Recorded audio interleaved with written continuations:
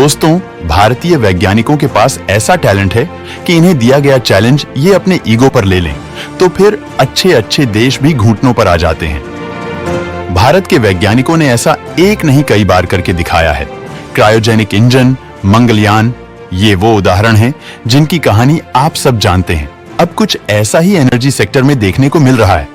एक ऐसी तकनीक विकसित देशों ने डेवलप कर ली है जो काफी रेयर है। इस टेक्नोलॉजी की मदद से डेवलप देशों की एयरलाइंस बेहद ही कम खर्चे में चल रही हैं।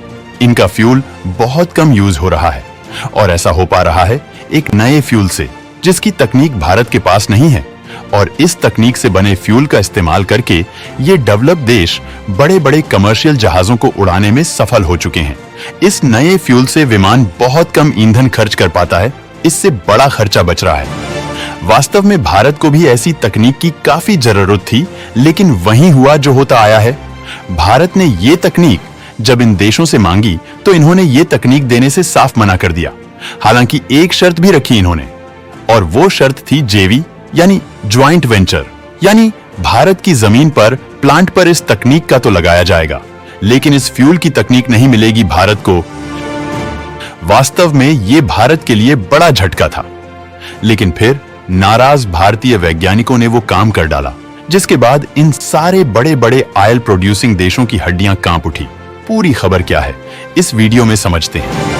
आगे बढ़ने से पहले भारतीय वैज्ञानिकों के इस महान कारनामे के लिए इस वीडियो को एक लाइक जरूर कीजिएगा और चैनल को सब्सक्राइब जरूर कीजिए।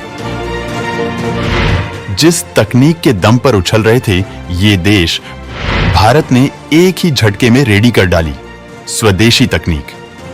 दरअसल दोस्तों, अमेरिका समेत कई देश जिस फ्यूल के दम पर उछल रहे थे, भारत ने उसकी टक्कर के लिए खुद ऐसी तकनीक इजाद कर डाली और ऐसा फ्यूल बना डाला जिसने दुनिया में कोहराम मचा दिया।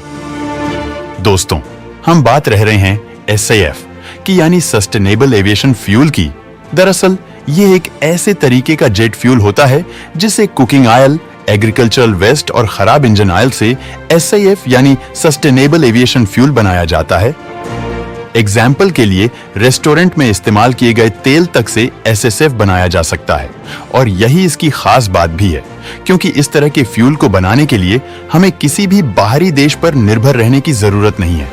इंडियन ऑयल कारपोरेशन देश का पहला SAF प्लांट पानीपत में 2026 से शुरू करने जा रही है, लेकिन इस प्लांट में प्रोड्यूस होने वाले सस्टेनेबल एविएशन फ्यूल की टेक्नोलॉजी भारतीय नहीं है, बल्कि IOC यानी इंडियन ऑयल कारपोरेशन इस तरह के SAF जेट फ्यूल को एक अमेरिकन कंपनी LanzaJet के साथ JV यानी कि जॉइंट वेंचर में प्रोड्यूस करेगी। इस प्लांट में अल्कोहल टू जेट फ्यूल का उत्पादन होगा जो कार्बन उत्सर्जन को 50% तक कम कर सकता है, यानी अब अल्कोहल से जेट विमान उड़ान भरेंगे। भारत में पहला ऐसा फ्यूल बनेगा जो अल्कोहल टू जेट टेक्नोलॉजी का होगा। यह कम प्रदूषण वाला जेट ईंधन होता है जिसमें गन्ना, मक्का, खाने के तेल के बीज और लकड़ी मिल के वेस्ट के साथ पेट्रोलियम प्रोडक्ट को मिलाकर तैयार किया जाता है। प्लांट में 50% शेयर इंडियन ओनिल का होगा और 25% शेयर अमेरिका की कंपनी LanzaJet इंक का होगा, यानी ये 25% हिस्सेदारी सिर्फ उसी तकनीक की वजह से रखी गई है जो अमेरिका के पास है। प्लांट में एक साल में 85,000 मीट्रिक टन फ्यूल उत्पादन की तैयारी है। उम्मीद है कि यहां 2025 से पहले फ्यूल तैयार किया जा सकेगा। दरअसल यूरोपीय देशों में 2025 से सस्टेनेबल एविएशन फ्यूल प्रयोग करने वाले जहाज लैंड हो सकेंगे। ऐसे में SAF बनाने के लिए इंडियन ओनिल की पानीपत रिफाइनरी आगे आई है। जल्द ही प्लांट का काम शुरू किया जाएगा। रिफाइनरी के अंदर ही यह प्लांट लगाया जाएगा। रिफाइनरी को बाहर जमीन नहीं लेनी पड़ी रहेगी।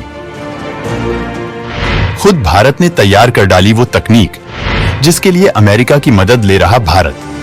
इस प्लांट का मतलब यह है कि अमेरिका अपनी सिर्फ तकनीक के दम पर चौधरी बना हुआ है और पूरे प्लांट में 25% मुनाफे का हिस्सेदार बन गया है, यानी पैसा, जमीन और लेबर सब भारत का, सिर्फ तकनीक अमेरिका की। मतलब इस फ्यूल का प्रोडक्शन भारत में तो शुरू होगा, लेकिन इसको बनाने की टेक्नोलॉजी IOC को नहीं मिलने वाली। इस बात से शायद कहीं ना कहीं हमारे वैज्ञानिकों को ठेस पहुंची और भारतीय वैज्ञानिकों ने कुछ ही महीनों में SAF टेक्नोलॉजी तैयार कर ली और भारत में इस तकनीक के साथ एक और कंपनी की एंट्री हुई जिसका नाम है MRPL यानी कि Mangalore refinery and petrochemicals limited, जो इस बार भारतीय वैज्ञानिकों के साथ मैदान में कूद पड़ी है।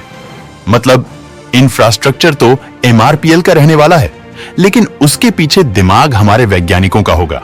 यहां तक कि MRPL इस स्वदेशी SAF टेक्नोलॉजी का इस्तेमाल अपनी नई यूनिट में करेगी, जिसको सेटअप करने की प्रक्रिया शुरू हो चुकी है और पूरी तैयार होने के बाद इस यूनिट में हर दिन 20 किलोलीटर यानी कि 20,000 लीटर SAF जेट फ्यूल बनाया जाएगा और लेटेस्ट रिपोर्ट्स की माने तो MRPL इस यूनिट के लिए जरूरी अप्रूवल लेने के काम पर जुट चुकी है। वैसे आपको बता दें कि हमारे वैज्ञानिक CSIR यानी कि council of scientific and industrial research के मेंबर्स हैं। CSIR ने इस फ्यूल का प्रोडक्शन पायलट बेसिस पर देहरादून में शुरू भी कर दिया था और इस यूनिट में already 14,000 litre SAF jet fuel हर दिन प्रोड्यूस होता है और ये ईंधन ऑलरेडी हमारी इंडियन एयरफोर्स इस्तेमाल भी कर रही है। वैसे ये बात आपको क्लियर कर दे कि SAF को डायरेक्टली किसी भी एयरक्राफ्ट में इस्तेमाल नहीं किया जा सकता, बल्कि नॉर्मल जेट फ्यूल में 1 या 2% सिर्फ मिलाया जाता है। CSIR ने जिस ईंधन को डेवलप किया है उसकी 10% मात्रा 90% में इस्तेमाल की जा रही है और इसे काफी बड़े इंपोर्ट बिल में कटौती करने में मदद मिलेगी। दिक्कत यह है कि SAF की कीमत भारत में अभी केवल एक वजह से ज्यादा है और यह वजह इंफ्रास्ट्रक्चर की है। यानी भारत को इस तरह का फ्यूल तैयार करने के लिए जरूरी इंफ्रास्ट्रक्चर चाहिए जो काफी सीमित है। अब वो कैसे? दरअसल SAF को प्रोड्यूस करने का रॉ मटेरियल जैसे कि cooking oil, used engine oil और एग्रीकल्चरल वेस्ट वैसे तो भारत में भरपूर मात्रा में अवेलेबल है, लेकिन इसे देश के कोने कोने से इकट्ठा करके प्रोडक्शन साइट तक ले जाने का इंफ्रास्ट्रक्चर मौजूद नहीं है या फिर बहुत सीमित है। हालांकि इसकी पूरी सप्लाई चेन को खड़ा करने के लिए कुछ काफी बड़े कदम उठाए जा रहे हैं और जिस दिन ये इंफ्रास्ट्रक्चर बनकर तैयार हो गया उस दिन भारत नहीं बल्कि दुनिया के बड़े देश टेक्नोलॉजी को हासिल करने में लाइन में खड़े हुए दिखाई देंगे। भारतीय वैज्ञानिकों के इस महान कारनामे के लिए इस वीडियो को एक लाइक जरूर करें और वीडियो को लेकर जो भी आपकी राय हो कमेंट में जरूर लिखिएगा